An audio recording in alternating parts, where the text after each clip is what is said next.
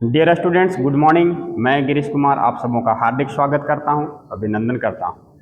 उम्मीद है कि जो टॉपिक्स अभी चल रहा है आपको बातें समझ में आ रही होंगी, इसलिए इससे आगे हम बढ़ते हैं, समय ज़्यादा नहीं लेंगे। देखिए, दूसरा टाइप है कांस्टेंट फंक्शन। दोस्तों, हमने यहाँ कंसिडर करी है कि f such that real number to real number कोई फंक्शन है।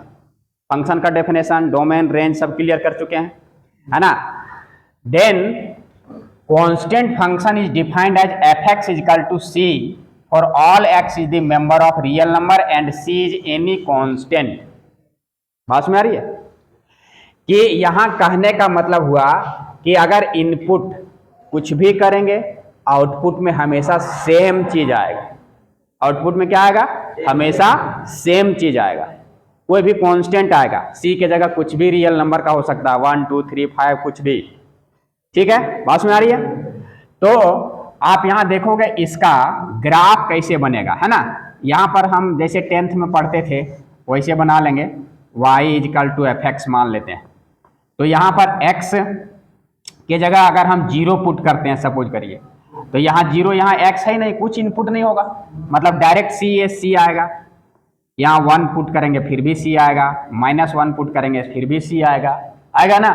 तो इसका ग्राफ देखिए, अगर हम इसको ड्रॉ करें तो x डैश, y डैश, यहाँ ओरिजिन है। अब यहाँ देखो 1 2 3 इस टाइप से आप लोगे, -1 -2। देखो यहाँ पर c मीन्स एनी कांस्टेंट, या तो कुछ भी हो सकता है पूरे रियल नंबर में, -इन्फिनिटी से इन्फिनिटी के बीच में कुछ भी हो सकता है c के जगह, 2 4 8 10 -1 -5 कुछ भी हो सकता है। हम यहाँ पर लेते हैं कि सपोज करो कि c यहाँ पर है। c कहाँ है जी? इस पॉइंट पर है, y एक्सिस पर ही आएगा ना आउटपुट। तो 1 जब ले रहे हैं, 0 ले रहे हैं तो c आ रहा है, मतलब इसी पॉइंट पर आएगा। 1 ले रहे हैं, c आ रहा है। देखिए इंटरसेक्शन पॉइंट कहाँ जाएगा? यहाँ आएगा, पॉइंट मिलेगा ना। 2 में c यहीं आएगा, -1 में c यहीं आएगा।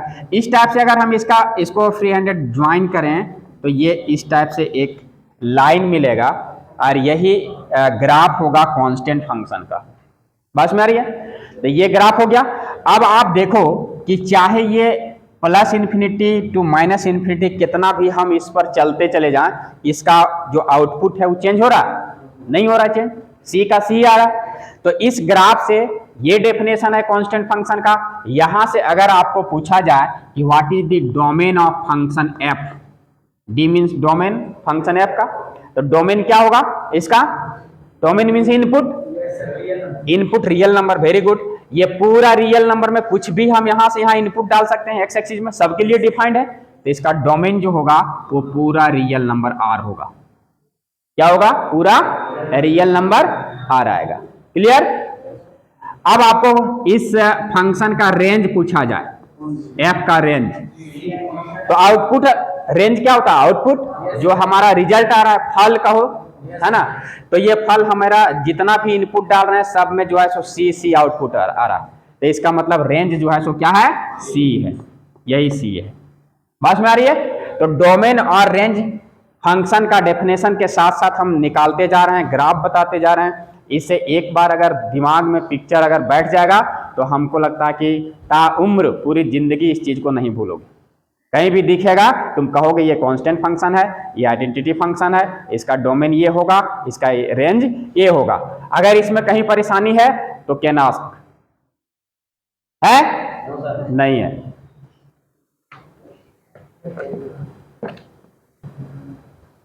ये दोस्तों देखिए पॉलिनोमियल फंक्शन है ना, हम लोग 10th क्लास में भी पढ़ चुके हैं। पॉलिनोमियल मतलब हिंदी में इसको बहुपद बोलते हैं, बोलते हैं कि नहीं। तो इसमें इसका बहुत सारा टाइप होता है। जैसे जिसमें एक पद होता है उसको मोनोमियल बोलते हैं, जिसमें 2 पद होता है उसको बाइनोमियल बोलते हैं, 3 पद होता है ना, इस टाइप से बोलते जाएंगे।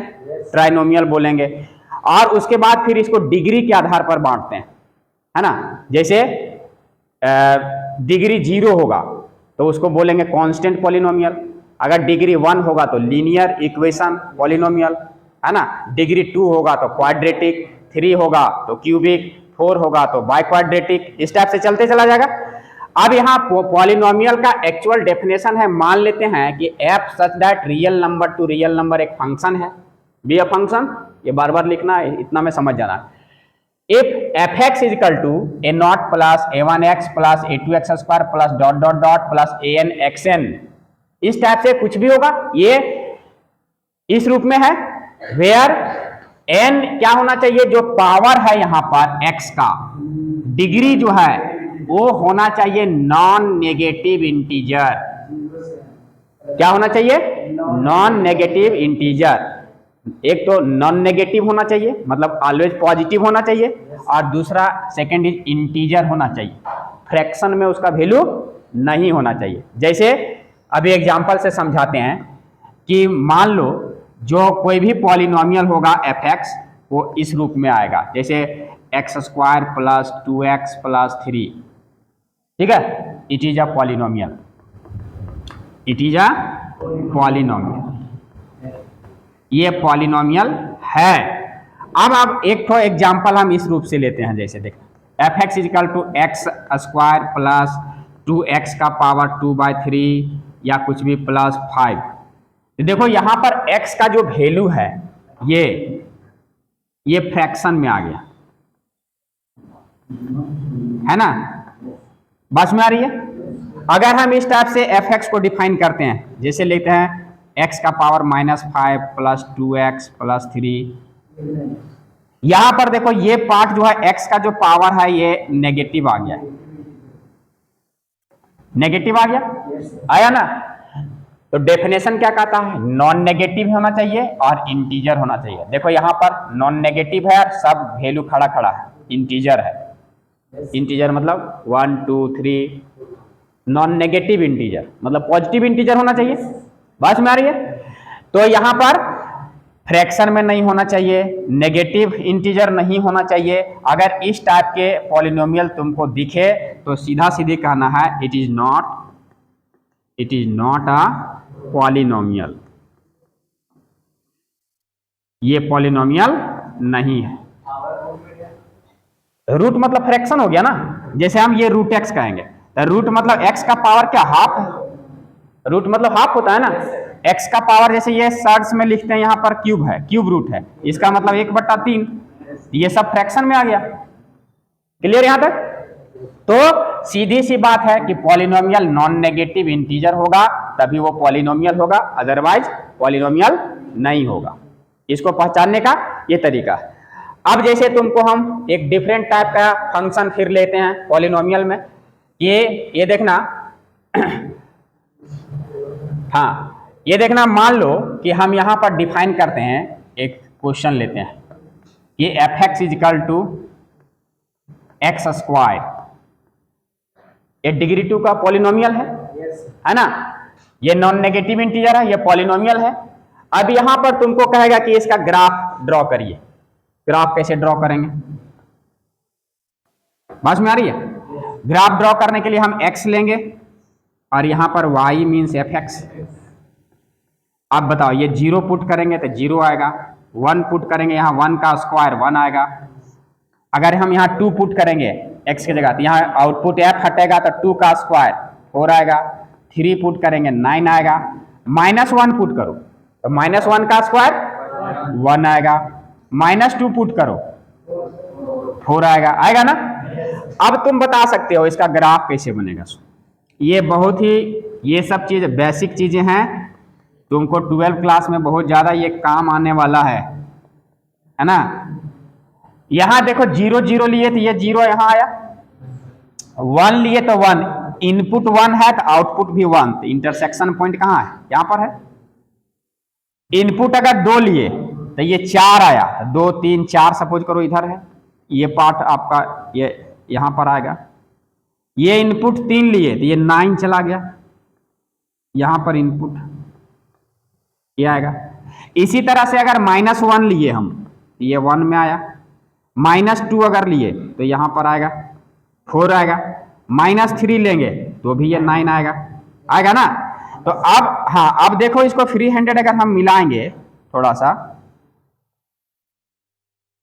इस टाइप से, ये आएगा, आएगा ना। ये पाराबोलिक आएगा, यहाँ 0 से टच करते हुए जाएगा। समझ में आ रही है? अभी ये पाराबोला पढ़ाएंगे, जो कोनिक सेक्शन तुम लोग पढ़ोगे उस समय ये डिटेल्स काम आएगा। इसका डायरेक्शन इधर आएगा, इधर आएगा, इधर आएगा, बहुत सारी चीजें उस समय हम लोग इसको चेंज करेंगे। अभी कैसे ग्राफ बना उस समय हम डायरेक्ट लिखेंगे। एक्स स्क्वायर का ग्राफ ऐसे होता है, नेगेटिव पार्ट रहेगा तो नीचे जाएगा, पॉजिटिव वाई स्क्वायर रहेगा, एक्स बराबर माइनस वाई स्क्वायर रहेगा, है ना। तो ये हम अलग अलग टाइप पढ़ेंगे। अभी फिलहाल f x is equal to x square एक पॉलिनोमियल है, उसका ग्राफ ड्रॉ करने समझ में आ गई बात है? अब बताओ, अगर इसका ग्राफ ड्रॉ करने के लिए समझ में आ गया तो अब हम पूछते हैं कि ये जो फंक्शन है F x, polynomial function degree 2 का क्वाड्रेटिक का, इसका डोमेन क्या होगा? इस फंक्शन का डोमेन क्या होगा? कितना आएगा? वेरी गुड, कुछ भी पुट कर रहे हैं सबके लिए डिफाइंड है, पूरा रियल नंबर के लिए डिफाइंड है ना। इनपुट कुछ भी कर रहे हो कोई फर्क नहीं पड़ेगा। अनडिफाइंड किसी के लिए देगा ये? नहीं देगा। तो ये डोमेन जो हो गया पूरा रियल नंबर आ गया ना। अब इसी का पूछ देगा कि इसका रेंज कितना होगा। हाँ वेरी गुड, रेंज मतलब है कि आउटपुट। तो आउटपुट देखो, मतलब वाई एक्सिस वाला पार्ट जो होता है आउटपुट होता है, रियल नंबर में यही होता है ना। तो वाई एक्सिस देखो, ये 0 से नीचे का कोई वैल्यू आ रहा नहीं आ रहा, 0 से ऊपर का वैल्यू आ रहा, आउटपुट में ये आ रहा है ना। तो 0 टू इंफिनिटी, मतलब इसको हम लोग या तो 0 टू इंफिनिटी लिख दो या फिर R प्लस लिखो। लिखने का तरीका positive real number, positive real number. Clear? बस में आ रही है? तो इस टाइप से हम डोमेन और रेंज किसी भी फंक्शन का, पॉलिनोमियल फंक्शन का पता करेंगे। तो अब आपको ये सब चीजें समझ में आ रही होंगी कि डोमेन क्या है, रेंज क्या है, कोई भी फंक्शन को कैसे डिफाइन करना है, उसका ग्राफ कैसे ड्रॉ करना है।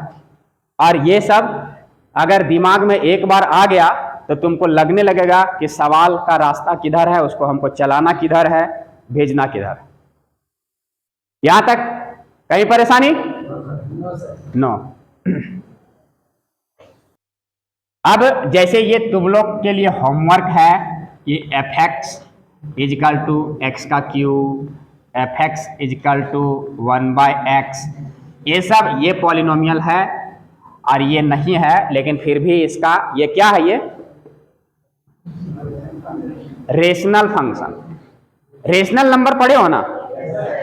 क्या होता है कि जो p बाय क्यू के रूप में होता है but q not equal to 0।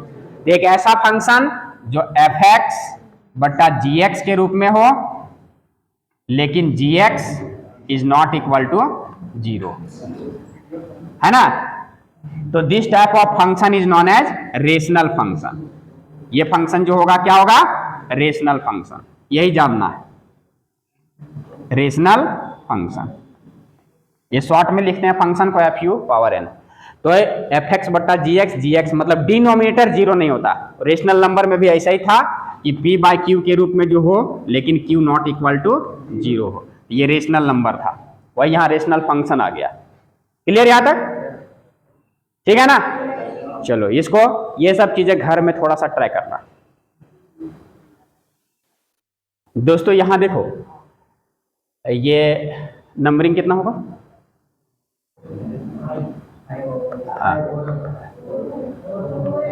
4 है ना।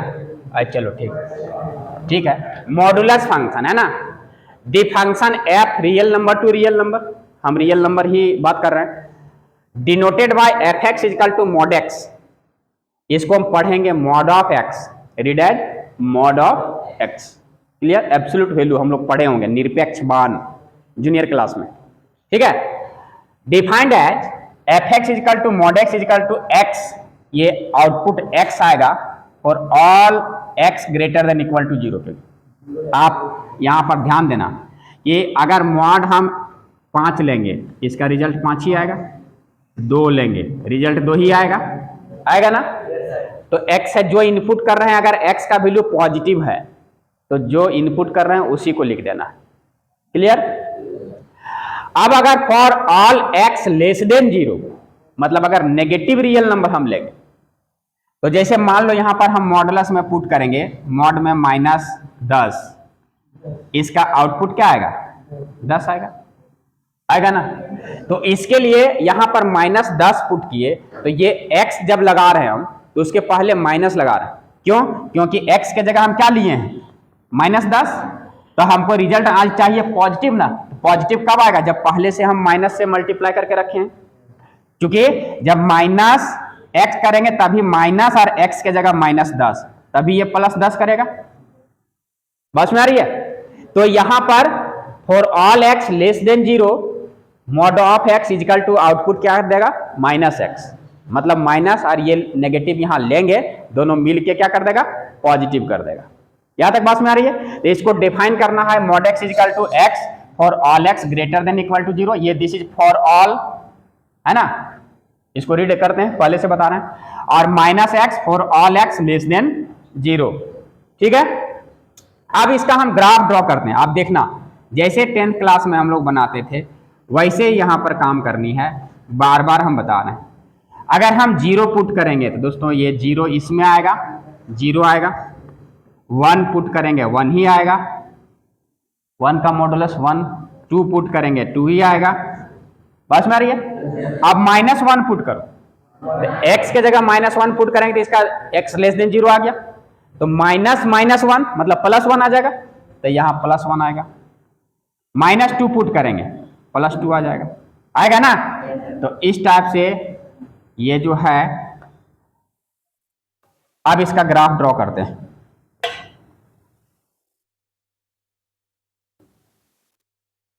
x है, x डैश है, y है, y डैश, यहां ओरिजिन है। 0 लिए तो कहां आया? 0 आया।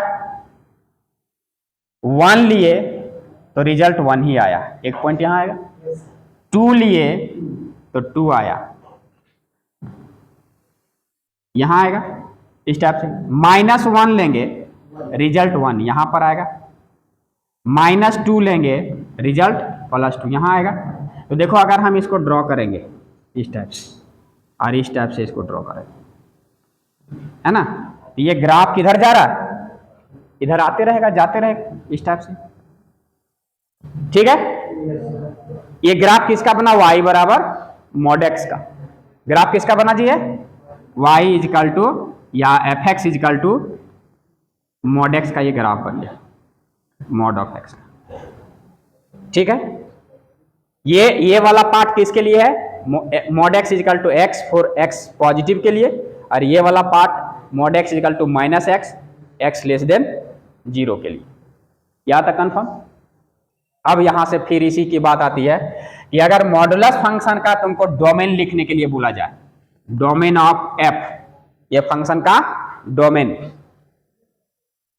तो बताओ इसका डोमेन कितना होगा? कुछ भी, रियल नंबर होगा ना। इसका रेंज कितना होगा? Sorry, range of f r+, कुछ भी पुट करेंगे उसका पॉजिटिव वैल्यू आएगा, आएगा ना। तो r+ होगा। r+ लिखो, या फिर लिखने का क्या तरीका है? 0 टू इन्फिनिटी। हाँ, 0 क्लोज में रहेगा और इन्फिनिटी ओपन में रहेगा, क्योंकि 0 यहाँ शामिल है, बाकी इधर जितना भी जाएगा जाते रहेगा। यहां तक बातें समझ में आ रही है? कहीं परेशानी नहीं है? बोलो सर। वहां पे x जो है वो 0 से छोटा रहेगा यहाँ पर। हाँ, ये x जो है, यहाँ जब x लेस देन 0 लेंगे तो ये मल्टीप्लाई माइनस कर देना। लेकिन इनपुट है कि आउटपुट है? ये तो आउटपुट है ना। आउटपुट तो 0 से बड़ा है, देखिए कहीं हम यहाँ पर आउटपुट है तो इसलिए तो यहाँ हमेशा 0 से बड़ा आएगा। अरे बाबा, यहाँ x का वैल्यू आपको लेना क्या है? Less than 0। लेस देन 0 मतलब x का वैल्यू लेस देन 0 मतलब -5 -10 कुछ भी लो। अब आउटपुट क्या दे रहा है? -x। आउटपुट क्या दे रहा है? -x। तो माइनस, और ये x का वैल्यू कितना है? -5, तो हो गया ना +5। माइनस माइनस प्लस हो जाएगा ना इंटू करने से, तो ये पॉजिटिव आएगा ना, पॉजिटिव की ओर भागेगा। तो इसलिए x less than 0 mod x equal to -x। क्योंकि ऑलरेडी x क्या है, माइनस है, और तब हम माइनस से इसको मल्टीप्लाई रखे हैं करके, ताकि ये माइनस और माइनस क्या कर दे, प्लस कर दे। तो मतलब मॉडुलस फंक्शन ऐसे डिफाइन होता है। क्लियर?